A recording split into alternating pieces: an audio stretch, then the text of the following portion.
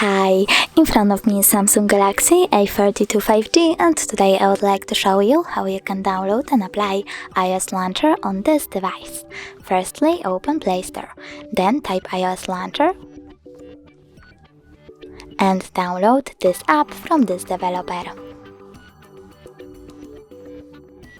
Now open it.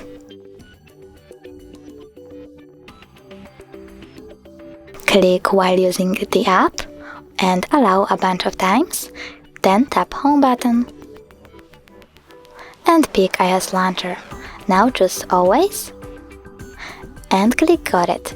Sometimes you have to click Always 2 times, so I will do that right now and click Got It after that. As you can see, iOS Launcher was applied successfully on my device. Thanks so much for watching. If you enjoyed this video, don't forget to leave a like, comment and subscribe. Bye!